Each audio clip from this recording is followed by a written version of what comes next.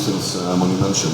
So we've been working with them for the last 15 years. And it's been some albums now. It's been in Monumention, it's been With All the Lives, Isa, Rune, Vertebrae, Axioma, and In Time. So it's been 8 album covers. Over the years we have kind of adapted a certain way of working. We have kind of been growing together as this art team, me and Ivar and Truls, Espedal, the artist. So what happens is that me and Ivar will have some ideas for the concept, for the certain elements, and then we kind of discuss the actual.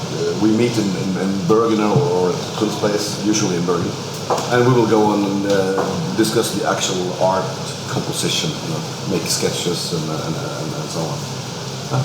You're referring to the part on that's an Old Norse. So it's actually ancient Norwegian. It's not necessarily a rain, but it's a metaphor for a certain state of mind. It's about conflict between humans. It's a conflict within the human mind, within yourself, and there's a lot of mythological references in there, to kind of describe that certain mindset. The lyrical platform has always been the Norse mythology, Norse philosophy, but I mean, at least to begin with, it's kind of wider nowadays. We add some psychology, some metaphysics, and of course even elements from similar philosophies or mythologies, like there are a lot of similarities between Greek mythology and Norse mythology and Celtic mythology and ancient Indian mythology. It's kind of the same way to look upon life. And mostly they were like sun cults, really, just like ancient Egypt. Loads of similarities. To say that we are a contemporary presentation of like a modern outlook with the basis from our heritage, cultural and mythological and esoteric history of the country. I guess that's the way we find ancient culture most interesting. It's when it's sort of alive and it's relevant for the time we live in. So yeah, I would say that we're representatives of that, but we do like to put our own stamp on it, and it's not like we want to move back and get rid of electricity, and we try to be thinking outwards, be outgoing, and also maybe we are more into blending than the typical Norwegian culture is all about everybody should be Norwegian. So when you move to Norway, they all want to put the Norwegian costume on you, and they want you to go on skis and like meatballs and brown cheese.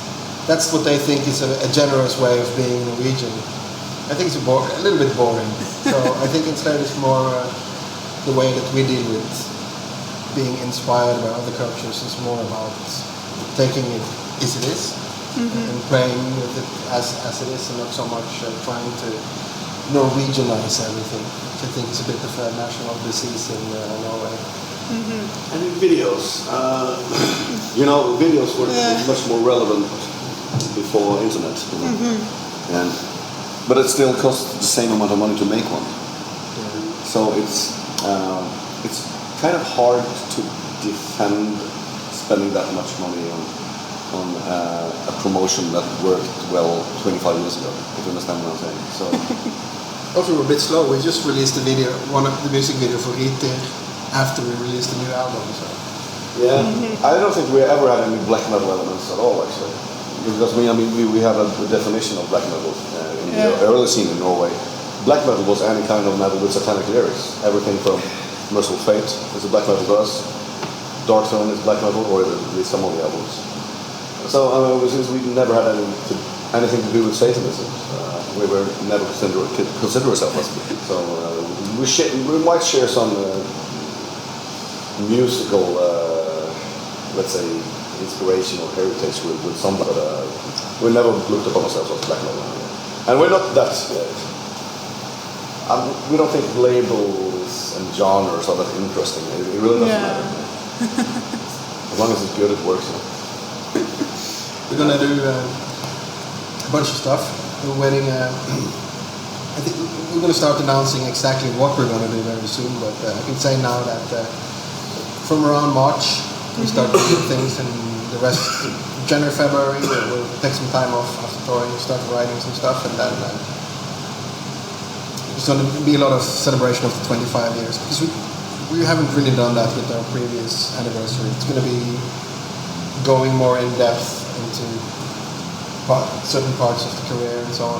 It's going to be interesting to see what we do. It's just as historically accurate as Eric the Viking.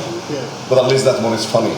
I was a bit surprised. It's on, what is it, Discovery or History Channel? I think it's Discovery. I thought there would... I don't know why I thought it would be more accurate. But it's...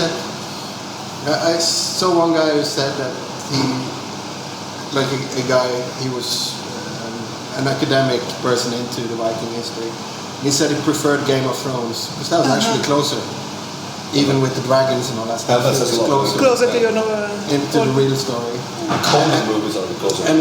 But it didn't try to represent it. So it's a double-edged sword. It's good because it get kids interested in culture, and not only like for the Nordic countries, but kids all over the world that they can maybe spawn this interest for their own local culture or whatever.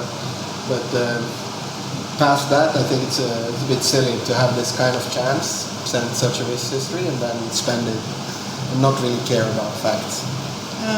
Not at all. I mean, nothing is accurate at all. They didn't dress like that. They didn't look like that. They didn't live like that. They didn't build ships like that. I mean, absolutely everything is wrong. We're humans. Yeah.